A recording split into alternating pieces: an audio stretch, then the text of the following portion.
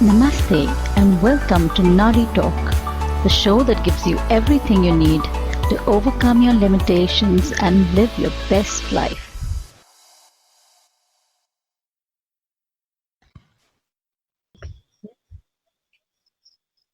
Hi, Katrin. Today I'm talking to Katrin Mantay. She's an executive and career coach at Evolve Quest. Her passion is to help as many people as possible to wake up feeling excited to go to work.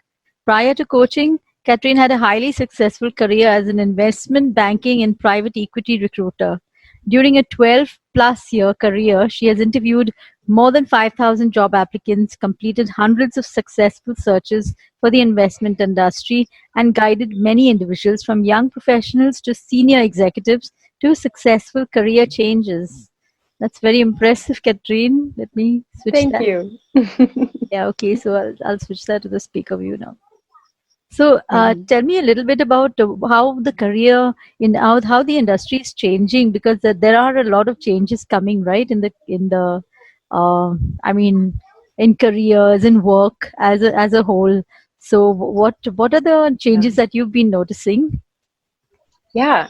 Well, first of all, thank you for having me here, Priya. My pleasure, Katrin. Lovely to be in your podcast. You yourself have very impressive career Thank and the you. path to becoming your own an entrepreneur. So congratulations on that. Thank you. I know how good that feels. Yeah. Um, the what I see in their work career market, and by the way, sorry for the noises. I'm Don't worry about it. Yeah, don't worry. Thailand at the moment. There is a bit of nature sounds and people maybe. The trend that I'm noticing is that the workplace is changing and becoming more flexible than ever. So I guess Okay. this may be the first point that I will mention. And companies who are, the old school, um, with the old school ideas in management, who want people to be fixed in the offices, working, everyone have their own desk or their own office space. This is perhaps going to be something of the past going forward, because many modern companies are, first of all, they're reducing cost by removing that need for everyone to be in the office every single day and hiring those expensive premises in the center of large cities.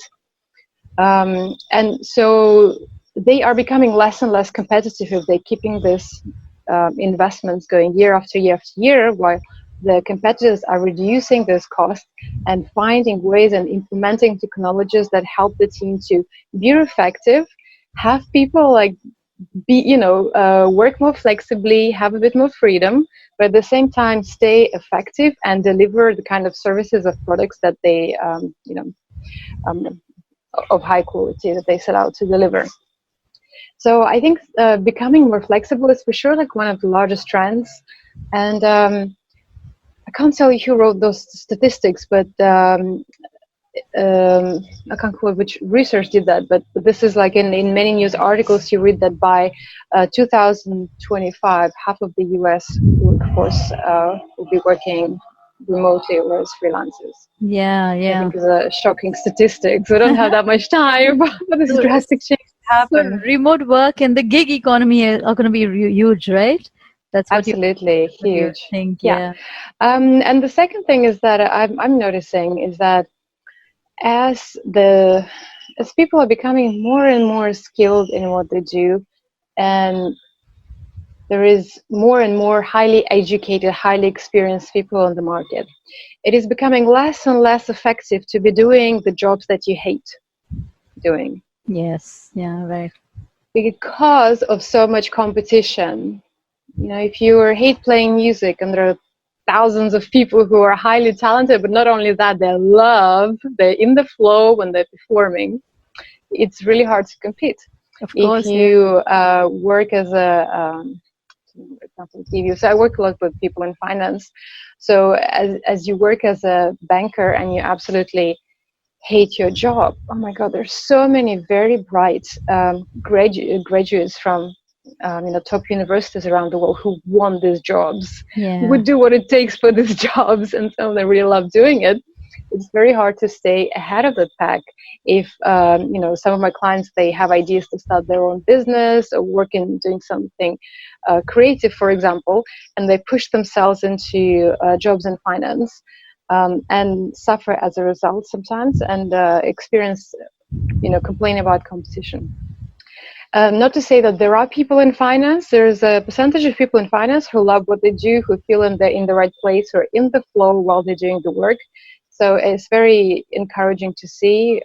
From my experience, it's about 15 to 20% of people that I speak to, that they actually feel this is their life's work. This is what they want to do, see So themselves do in the future. that's what you help people do, right? Get into the flow and enjoy their work. Yeah, That's your focus, exactly. right? So find out like when are they in the flow? Like what's their flow? What do they really enjoy doing? And I mean, not just enjoy doing, because that could be, this could be a hobby, but something they can also get paid for. And where is this crossover? Is a very interesting sweet spot, which some people call fulfillment.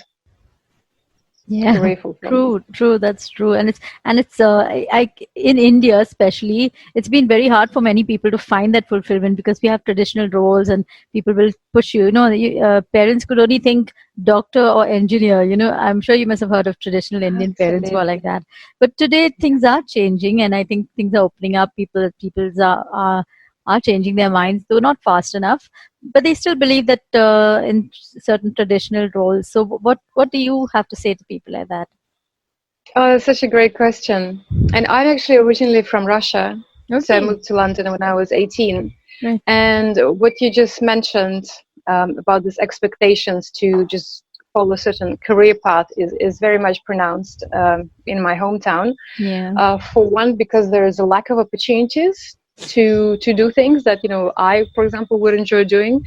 And secondly, an expectation that you may pursue the kind of the career tradition of your family, or something that is lucrative in the town where you are, in the country where you are.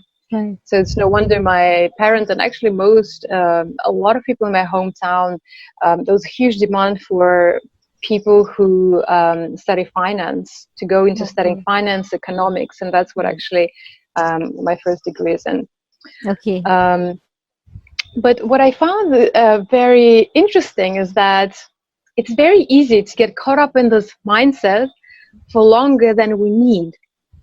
Because it's fine, like we know our parents, they want really the best for us. Right. They're not like really trying to get us into this career because they want, that we may not like, because they want to hurt us. Most of the time because they foresee that this is what will keep us Employed. successful Yeah, and successful earning and well and yeah. employed. That's Yeah. right. But what I realize is that we rarely, once we are employed and we've done this profession that we were kind of expected by our parents or society to follow, we rarely stop. Like once we are financially successful, independent, we rarely stop and think about, okay, so I've done this long enough. Some people are super happy, like the parents are doctors, they become doctors. Great, and they are really happy doing that. But some people never stop to check in with themselves, like, am I actually happy doing this? Do I feel energized from doing what I'm doing? Do I experience the state of flow, or am I just biding my time from one paycheck to the next, suffering daily, going in for 8 to some people work like 20 hours a day, I don't know, 18 hours a day, for those hours of suffering every day. And I think this is an alarm bell, is that actually, hello, you need to stop and check in with yourself, like, what are you doing professionally? Yeah. And a lot of the time, when you're in mid-career, you may have the financial success and the resources, not always, but sometimes people who have that, they don't realize that they can make a different choice, or they can now change their direction. And it doesn't have to be a U-turn. I was a doctor and I'm an actor. It could be something like, I was a doctor and I'm a wellness coach. Right. I was a doctor and now I'm a massage therapist or something, So it doesn't have to be completely unrelated to whatever wealth of experience that you already have. You can absolutely build on that. But the question is that moving towards a space where you feel like you're tapping on what you know, but also doing more of what you really enjoy doing, more of what you're Right. passionate about professionally. Right. And today there are so many options. There is so much more choice than our parents and our grandparents had. And there are so many careers that we can take up, right? Absolutely. So I don't think there's. Actually, that happened to me as well. I just got into recruitment executive search and I loved it to begin with. And I did it for years and years and years until about 10 years later. My friend was like, oh, so now you have, money in the bank. You got a British passport now. I guess you can, do whatever you want. You could take a year off. You could go start acting that you really wanted to try. You could, experiment. And I also didn't have a family, so this was like, a good time. But even being a coach, which I wasn't at the time, I didn't even think of stopping and going like, actually, I don't have those shackles on me. I can choose. It always involves a degree of risk, Right. but nonetheless, it's worth it for the journey. Right. I mean, I think it makes me think of that old thing about the elephant. How they That's what break I thought. I just don't know Yeah. this story well enough. You tell Yeah, me. you should tell it. You should tell it. You should tell it. Well, it's something about how they train the elephants. Yeah. Is it for performance? I think in the circus or something. Yeah. How they How break they them take in. them How out they. of the wild. Yeah. Yeah, and when they're little, they put the shackles on them. Yeah. The shackles are rope. I think they put a rope on them. They put a shackles on them, and then when they grow up, they don't know it's. Then they put a rope on them, and they stay there because they don't know they can break the rope. It's that mental shackle that we have on ourselves. Because we are into a career path, and we never think that we can break that shackle and go into something else. So we just have that little rope holding us in. And like you said, you had all the freedom in the world, but you didn't exercise it. Absolutely. Yeah, that is such a great image. And also, like, for anyone listening the podcast, I would love just quickly stop and inquire to themselves, where are they taking on artificial limitations to what's possible for them, to who they are. Right. They might not be the baby elephant anymore. Might be this huge, magnificent, strong creature who's capable of creating a lot of happiness and fulfillment for themselves and people around them. Yes, true. And the thing is, we have to start seeing ourselves that way. So yeah, absolutely. It starts with us, seeing this in ourselves and finding the confidence to do something about it. yeah, I think that in India we really need that, especially when it comes to Indian women. A lot of them have that, the traditional thing, and they go into doing something, and then they never think that they can do something else, and or they're just unhappy. They're either unhappy in a traditional path, or they want to do something else, and nobody allows them to do it. There's a lot of allowing in India. The family will allow you to do this, the husband will allow you to do that, and we have that mindset. So you have to realize that you don't need someone to allow you. You have to choose it for yourself. You have the choice. I mean, I haven't lived in the culture, so I can't fully probably comprehend, the benefits of having the outside authority or the family, the husbands to allow you to do things. But also, I've experienced both, like kind of the more kind of oppressed, women who are not kind of expected to do more stuff at home, look after the kids, versus develop themselves and do what they want to pursue. And also the Western approach where women are, completely independent, and not everyone, obviously, but there is for sure there isn't this expectation. People are just considered for what they want for themselves as well, not just what other people think is best for them. So I wonder for, some of the listeners of your podcast, that where is this balance for working within the culture, but at the same time, no one can allow you anything. Only you can allow yourself to be controlled, or to move towards fulfillment. And it doesn't have to be drastic, but it will require some difficult conversations. True. Yes, that's true. So we have to start making that. And so what do you find? Another thing I wanted to ask you was about young people today.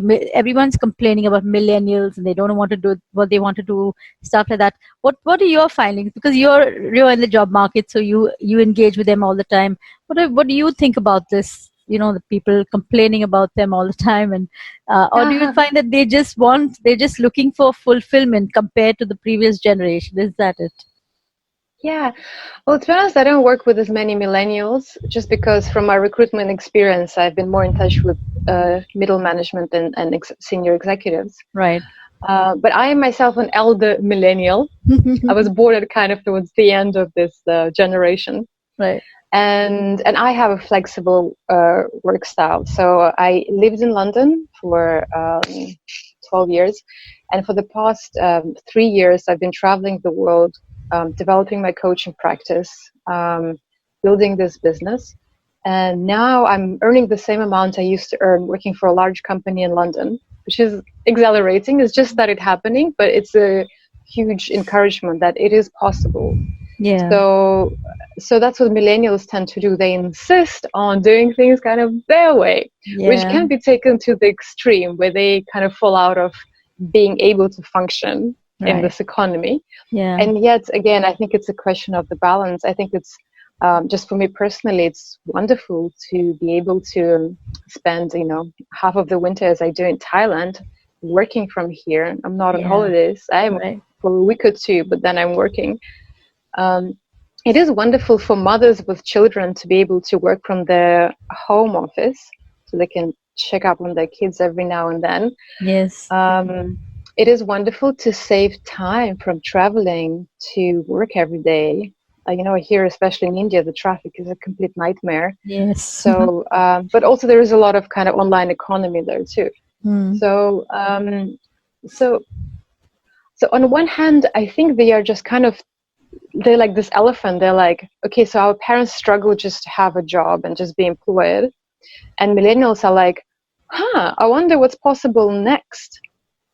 So why stop the progress? Yes, true. Is my question on one hand, and forget that we are those beautiful, magnificent elephants, and maybe there is more possible for us. On the other hand, it can be taken too far. I've seen that, and I've also had periods in my career when I was not effective for the company I was working for, who allowed me to work remotely. And I would have been taken as a difficult millennial to work with. Right. So I'm happy to have found some sort of balance now. Yeah. So do you have any recommendations? I mean, how did you come back from that? How do you work effectively remotely? I mean, can you give us some tips for that? I work effectively remotely. I think it helped the fact that I worked in the corporate environment for 12 years. Okay. So it just gives you, and also, just working hard in Russia is just like my whole childhood. It's just nonstop. School, ballet, homework, like nonstop. So it helps, I think, especially in the beginning, to have some sort of experience in maybe a more rigid structure, just so that you get used to being effective and efficient in the later career. Because I have seen people who, out of university, they don't want to work for anyone whatsoever, and yet it's taking them really long time to really scale their business, because they haven't had any role models or mentors. So I believe like the first 5 to 7 years, it's pretty helpful to work for someone, work for an organization, you mean? Yeah, successful organization. Yeah, that's they can learn from with people they admire, and they would love to be more like them. Right. To learn from them. And what else is, I think doing the job you really love. Because when I was doing the job that I was already not so interested in, which was recruitment, and doing it remotely, I was not as effective. When Yeah. I switched to coaching, and I love personal growth and instigating it in others and growing myself, it's so exciting. If I don't, a lot of the time, like if I don't have calls, I feel like disorientated if I'm not coaching. Yeah. So, and all the admin just comes in naturally. I'm like, yeah, of course, I love my business, so I want to do my taxes for the business to continue existing. That's Right. what I'm actually dealing with this week. So everything kind of just falls more into place when you find your passion is like so fundamental. Yeah. Yeah. Yeah.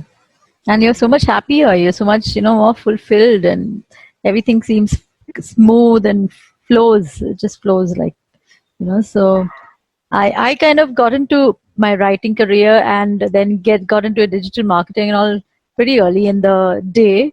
So I found it. I mean, I kind of found my niche, quite pretty early. Well So done. I was very Yeah. happy to do that. But of course, the another thing is that you have to keep up with the changes in your industry. Just because you work at home or just because you're working Mm-hmm. remotely doesn't mean you should allow yourself to lose touch with what is happening right in the industry and with other people. They, what is happening. Kind of it's easy to lose touch right when you work remotely. So I think that takes some amount of self discipline, and also the Yeah. desire to keep learning, the desire to be constantly learn about your industry and things like that. Mm-hmm. I Yeah. think that's important, right? Absolutely. Yeah, but today it's easier to learn because you have online courses and you have online education, so it's not so hard to kind of keep up with that. It's amazing. Yeah. Yeah. Yeah. So anyway, so okay, one sec, just hold on. Recording. Yes. So Katrin, can you give us some pointers on how people can find fulfillment in their careers? Great question. And it's a useful exercise to do for everyone listening, because you may find out you're in your most fulfilling career to date, or you may find out that there is something else out there that's even more inspiring and more fun for you to do. So I've been exploring different kind of concepts and things of going around finding this fulfillment. And more recently, I've come across this Japanese concept called Ikigai. Yes, right. Ikigai, Ikigai. Yeah. And Ikigai, when applied to career, it consists of, I don't know if it was originally applied to career and work, but this is how it's presented now. So, so Ikigai actually means like fulfillment. It does, yeah. So if we use this for career fulfillment, 4 elements need to be present in your work life for you to have to be in that state of Ikigai fulfillment. So one of them, you need to be doing something that you're good at. So I tried acting, it didn't work so well for me. I wasn't that good at it. So I had to let it go, but find some of the elements of acting that I was enjoying, then mix it up with a few other things. So Right. one thing is make a list of things that you're good at. Number one. Yeah.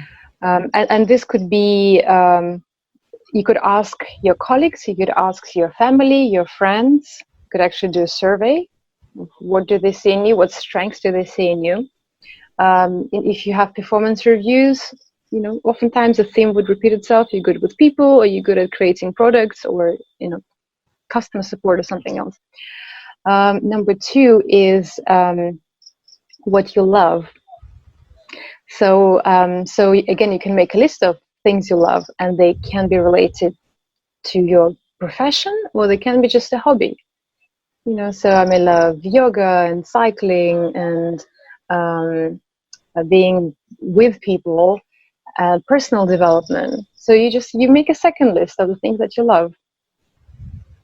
The third point in Ikigai is what is the impact that you would love to have.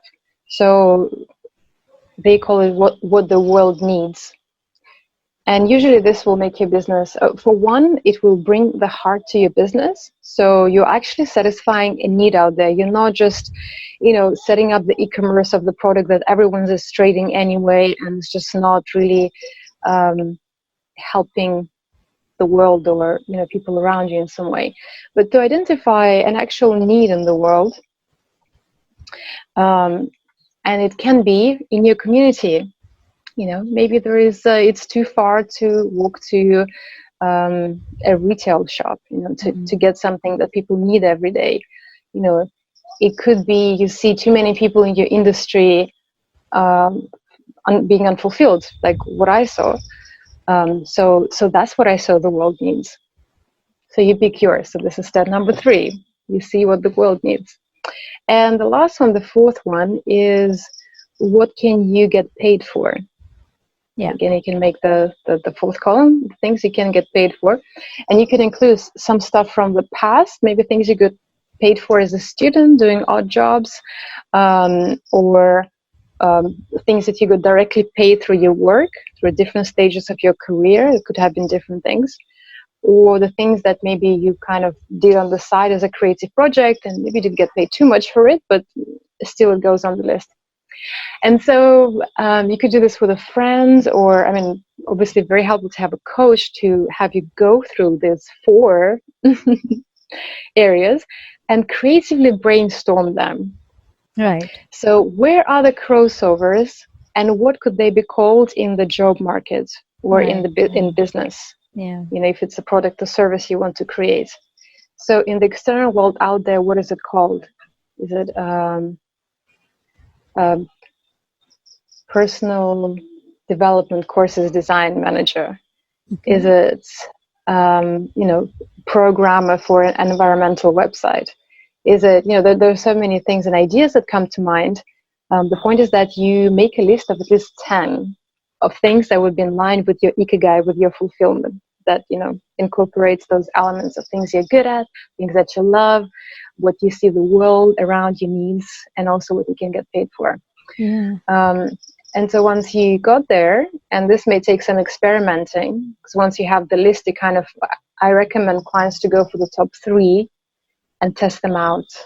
Yeah, just go talk to people, maybe get a side hustle doing that, and see if that's the thing or not. And as you go along, you get feedback. And with that feedback, you're getting closer and closer to this area of Ikigai, fulfillment. And find your niche. I think in entrepreneurial terms we call it finding your niche. But then that has to have all these elements of the Ikigai. Like getting paid for, what people need. So yes, and your passion and your what you're good at. So that's a very good, that's a really good insight, because I think it gives us a plan to follow. So that we can get started on that, and I've seen these diagrams of the Ikigai thing, that it's like a triangle kind of thing, right? So I think maybe I'll put a link to one of those in the description. So, if people want to come to you for the career coaching, what kind of do you only talk to financial professionals, or also other domains?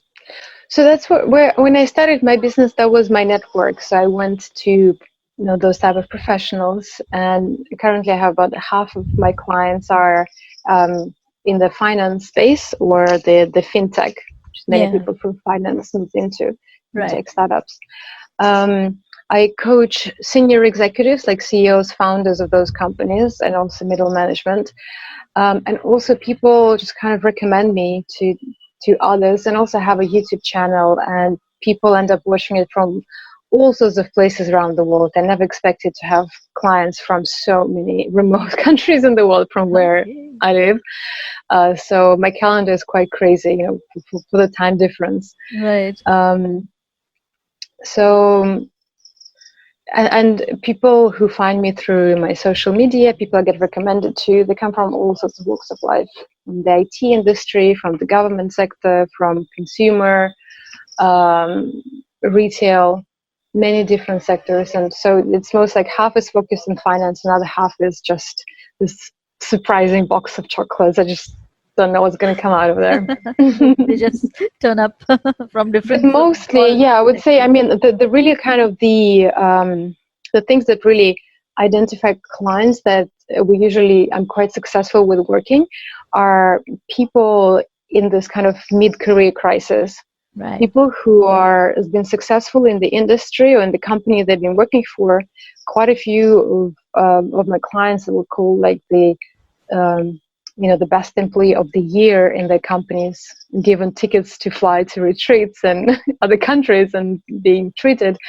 And yet on the inside, they feel like there is emptiness. Yeah. They feel, that they're not happy day to day, but they just don't know what to do next. And by this time, they're almost like in some kind of, golden cage. It's very difficult to let go of the comfort of the salary and the structure.